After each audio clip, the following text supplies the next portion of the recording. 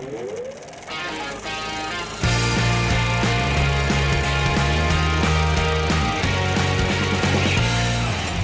everyone, so today I'm not going to be talking about a movie, I'm not going to review a movie, I'm not going to be breaking down a trailer or anything. Today I'm talking about the hot topic that, well, pretty much everyone else is talking about, and that is YouTube's new requirements for the partnership program. Back in April of last year, 2017, they updated their requirements for joining the partnership program to monetize your account from being just a human being and verifying your account to having 10,000 lifetime views. And for us, that was scary because we had been on YouTube for almost a year at that point on this channel, and we were getting close. We had, I think, 8,000 views at that point, so we needed 2,000 more views, and I was like, how are we gonna get this? And there was a trailer for Transformers the last night that dropped, and I did a trailer breakdown, and it got, overall, as it stands right now, it has just under 16,000 views, and that shot us over that 10,000 view mark, and that was incredible. We got lucky. There were some other channels, some friends of mine, that didn't get there for a while. It took them a little bit longer to get to that point. Yeah, they're over it now, but you know, it took them a few weeks or months to get over that hump. Now that they have changed it to be from the 10,000, which was okay, it was tough, but it was reasonable.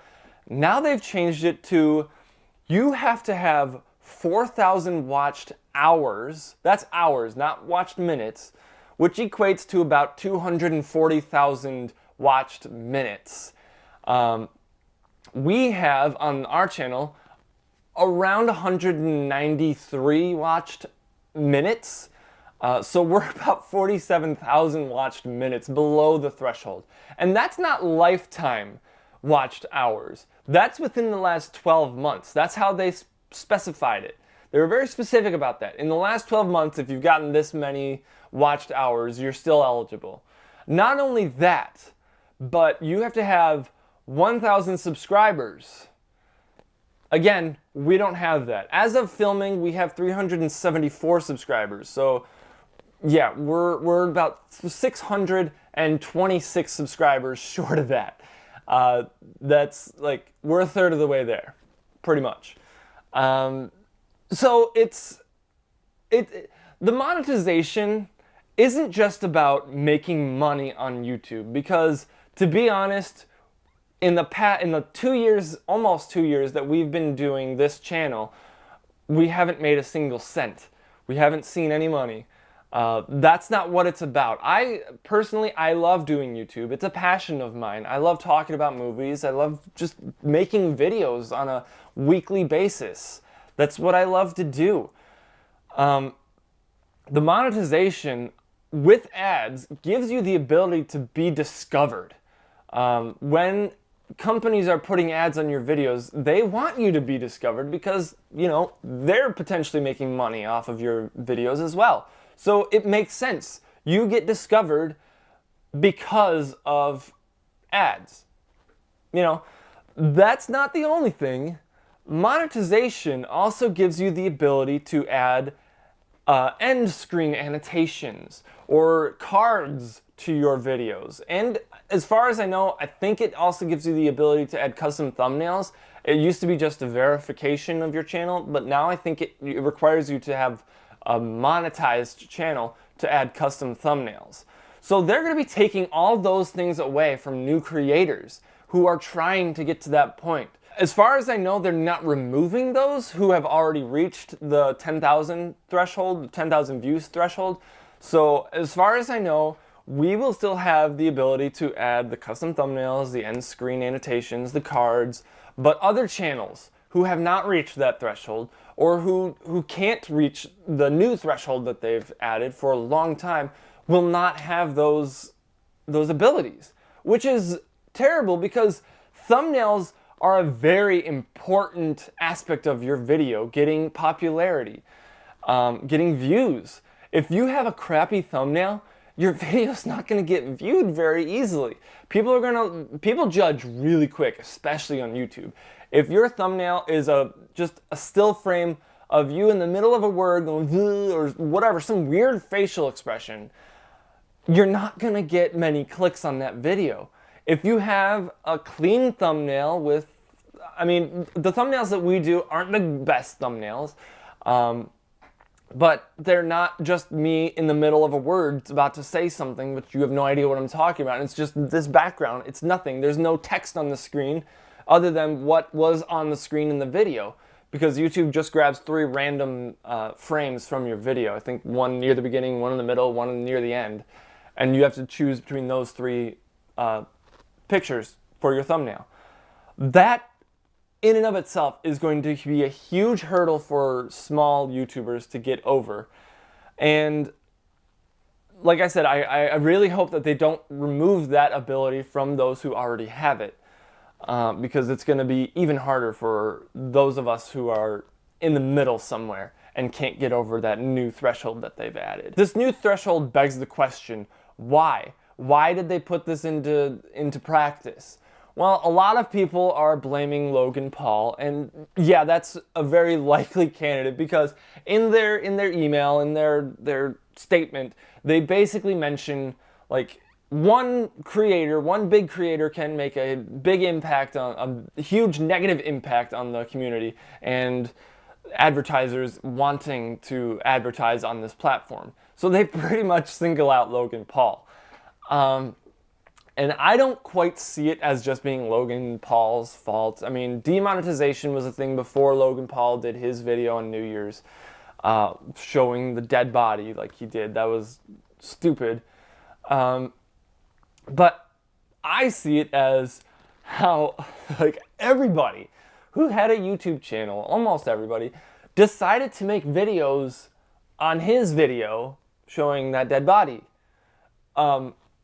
Basically, like, everyone was doing like a reaction video to it, like why Logan Paul's an idiot and all this stuff, and I was a sucker for those videos. I watched them. They were entertaining. They were interesting to watch because, yeah, I don't like Logan Paul.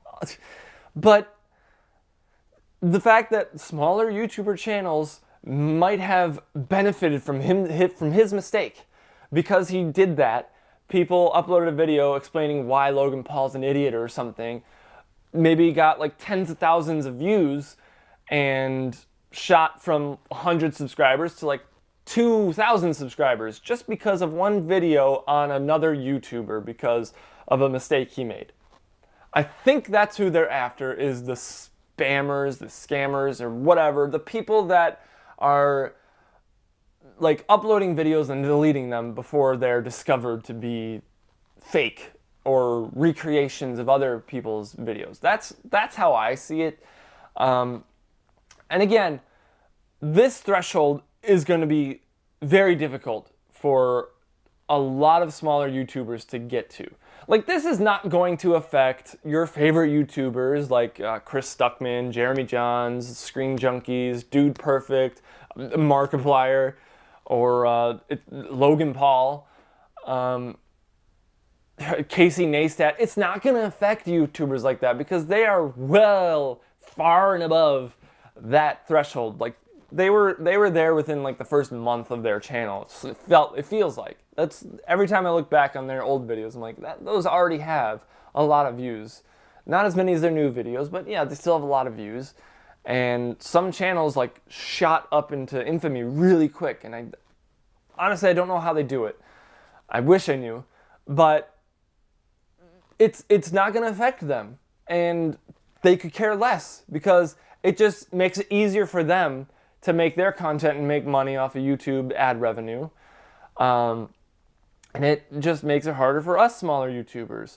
And yes, obviously it's not just affecting us, it's affecting other friends on YouTube, like Zach Pope, Anthony DeGoya of the Silver Screen Analysis, Cody Curtis, a bunch of other smaller YouTubers in my little sphere of movie reviewers. It's affecting us tremendously.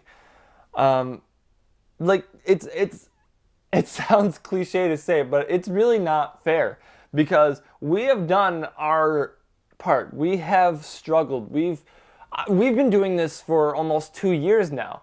To be honest, my first video on YouTube was uploaded in 2007. February 12th, I think it was, of 2007. Almost 11 years ago. I've been on YouTube for 11 years. 2 years after YouTube launched. My first video uploaded on YouTube was a lightsaber duel video, and I don't need to get into that, but like, I've always wanted to be a YouTuber and be on YouTube and make a difference and make videos. And now that we finally got that opportunity with this channel, Married Movie Reviews, it's just, they keep upping the requirements to be, we're just like barely hanging on, you know? And it sucks because they're always attacking the smaller channels. Always. And it's not until if we ever get to be big enough to where we don't have to worry about it, I will still be upset when they change those things because I will know the struggle of right now when it was difficult, because this is not the last time that they're going to up the requirements for their YouTube partnership program. I guarantee within a few months, if not a year or two, they're going to up the requirements even more. To be like, oh, now you have to have 10,000 subscribers or 20,000 subscribers with like 1 million views to get monetized. We're not going to let you make money on our platform until you get to that point. I guarantee this is not the end. And this move by them is stupid. Okay? I'm just going to be completely transparent. This is stupid. I hate it. Because it does affect me, it affects our channel negatively, but it affects friends and other smaller YouTubers that I don't even know about. You know, they're struggling. They want to be YouTubers. They want to be the next Chris Stuckman or Jeremy Johns. They want to be the next Markiplier or the next Dude Perfect channel. I feel like we all missed the train of YouTube. The YouTube golden age was when all those other YouTubers joined YouTube. Like when ads were first appearing on YouTube. They saw that. They knew what that was doing, where that was going, and they jumped on it really quick. I had no idea that you could make a living off of YouTube until like a couple of years ago. And that's when I was like, you know what? I'd like to give it a shot. You know, why not? I would regret not doing it over trying and failing. So again, if you guys are a small YouTuber and you're watching this video being like, you know what, I'm screwed, I'm never gonna get to that threshold, keep going. We're gonna keep going because this is a dream that I don't want to give up on. I want to continue striving for that. I want to keep making content and just keep being a YouTuber because it's fun. It's hard work, yes. There are days that I'm late to work because I'm filming a YouTube video. That's how much I love doing it. Like, I have sacrificed a lot to do this channel. Like right now, I was supposed to go to the gym this morning, and then I got an email at like 10 o'clock last night about this YouTube thing. I'm like, well, I did not get much sleep last night. And that's probably why I'm more frustrated than I would be. But the fact remains, us smaller YouTubers are getting hammered again with this change. And again, it is not gonna change. It's not gonna be easy, and they're not gonna stop there. They're gonna keep going. They're gonna keep upping the requirements, and you are going to see a lot of subs for subs. And to be honest, a few months ago, or even like yesterday or a couple weeks ago, I was not a fan of that. I never liked doing that because it was a cheap way to get subscribers. Because it's like, hey, I'll sub to you if you sub to me. It's like, hey, I got a free subscriber because I subscribed to somebody else. You're gonna see a big burst of energy for people to do that. People are gonna be commenting on everyone's video saying, I'll sub to you if you sub to me. To be honest, I'm fine with that now because the way that YouTube is handling their smaller creators is like, we don't matter anymore. They just want their money makers. As a business, yeah, that makes sense, but this is supposed to be a community of creators, not a business. Yes, you want to make money as YouTube, of course, that makes sense. But when the big channels are already established channels that are making hundreds of thousands of dollars a year, they specifically mention that about YouTube channels. They're like, yes, there's a big growth in channels that are making over 6 figures a year. And while 99% of the YouTubers that are going to be affected by this are making less than $100 per year, roughly $2.50 per month, they specifically say that, those amounts. It's like, hey, that's a me. Like, what is wrong with that? You know, we're trying, we're growing. We're gonna get to a point where we're making more for YouTube and for ourselves. Yeah, give us time. Instead, they're like, nah, you're done. You gotta wait till you're above this threshold, then you can wait 30 days and then reapply. That's another thing. You have to wait 30 days after you're cut off to be able to reapply. And YouTubers that have already hit that 10,000 view threshold have a 30-day grace period. So it's like February 20th, I think it is when your cutoff date is. If you haven't reached 10,000 or 1,000 subscribers and 4,000 watched hours by February 20th, your monetization is done. You don't get that feature anymore. I gotta talk about subscribing, okay? I'm gonna be subscribing to a lot of channels probably because it's, like I said, it's not fair to us smaller YouTubers. It's free to subscribe. You don't have to pay to subscribe to a channel. All you have to do is click a button and you're subscribed to the channel. You are helping that person by clicking one thing on a mouse. You're just doing this. That's all you're doing. You're clicking the mouse. Or on your phone, you're just clicking subscribe. It's really easy. You don't have to watch any of the videos that person ever uploads, even if you subscribe. You don't have to. You'll get, on your home screen, you'll get recommended videos from that YouTuber, but you don't have to watch them. It's the easiest thing you can do to help somebody like us be able to chase after our dreams.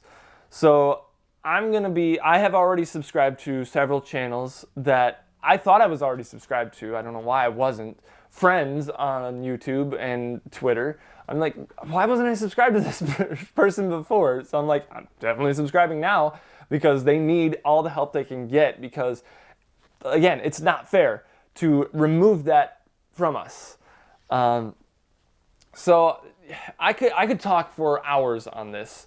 And I know this video's already gone longer than I wanted it to, but it still bothers me that YouTube keep changing their requirements. And sooner or later, they're just going to cut off newcomers entirely. You know, I have a feeling that they're just going to be like, you know what? We're done with the YouTube partnership program. Who we have now in the partnership program is who we're going to have forever. Nobody else can get in there. It's only a matter of time before they do that because they're not going to want the people like me who are making cents, fractions of cents. They don't want us. They really don't. At least not now. They want us in the future when we can actually contribute. One of the big hurdles that I'm going to have personally in the next 30 days, because you only have that 30-day grace period to get over those thresholds if you're already over the 10,000 threshold. If you're not, you're already done with monetizing. You can't do it right now until you get over the new thresholds. The big hurdle that I'm going to have personally is in the next 30 days, within 30 days from today, right now, I'm going to be a father. My daughter will be born, and there's going to be a period of time where I'm not able to upload videos. And because I'm going to be focused on raising my child as a newborn baby. I'm going to be focused on that. I'm going to be focused on being a father for a while, you know. So I'm not going to be really doing YouTube much for a very short period of time. You know, things will get back into some normalcy and I'll be back to doing this relatively quickly, I think. But that's my big problem, is they don't take anything into consideration. Like, well, you were close, so we're gonna let you slide. They're probably not gonna do that this time. They did last time, because we had, like, it took us over a month to get over the new threshold that they had put in place with the 10,000 view limit. It took us over the grace period. I don't even know if they gave a grace period for that threshold, but they're giving a grace period for this one. So I don't know. We'll see if we can get over that threshold. I certainly hope we can, because we've been doing this channel for almost 2 years now, and we're still under 400 subscribers. Hopefully we will grow. Hopefully within the next 30 days, that'd be great. But you know, if not, we're still going to keep going. Without the monetization, it's going to be harder for us, because we're not going to have any ads to boost our discovery. But we're still going to try it out. I mean, we have you guys as our subscribers right now. It's 374 of you right now. Thank you for being subscribed to us, and please stay subscribed. Yeah, I do appreciate every single one of you for subscribing to the channel. And this new hurdle for us to get over, it's, you know, it's difficult. It's hard. It's hard to stay motivated when YouTube just keeps hammering you down, like, no, you stay down, you stay small, don't do anything, just stay off YouTube for now, because we already have our people, we already have our friends, we don't need you. That's how I feel like I'm being treated, and a lot of my other friends and YouTubers are being treated on this platform. So again, this video went on a little bit longer than I thought it was, but I needed to get that off my chest and put it in video form so you guys can know my frustration and know where I'm coming from and why there might be a quick influx of videos to get more subscribers, because I might do that. Maybe not this week, but next week I'll probably just start hammering some videos to try and get something going here. Before they shut us down, pretty much. A year ago, or a couple years ago, it was so much easier to be a YouTuber. You know, if we had started doing YouTube, this channel, a year earlier than what we did, we'd be fine probably. But we missed the train. That's the simple fact. We missed the train. We're trying to catch up, and every time we do catch up, YouTube takes another step forward, and it's like, whoa, hey, wait, we have to catch up further, and then they're going to take another step, and then we're going to catch up, and they're going to take another step. That's how I feel. Like we're always behind the game. We're always behind the ball. We just can't seem to catch up and catch a break. So that's not just us. That's a lot of my friends and fellow YouTubers that are small, and we can't catch a break, and again, it's not really fair. So this video has gone on much longer than I thought it was going to. I thought it was going to be a little more informative than just a rant or venting session that it pretty much turned into. So yeah, if you like this video, give it a thumbs up. Please subscribe to the channel. And as always, thank you for watching, and I will see you in the next video.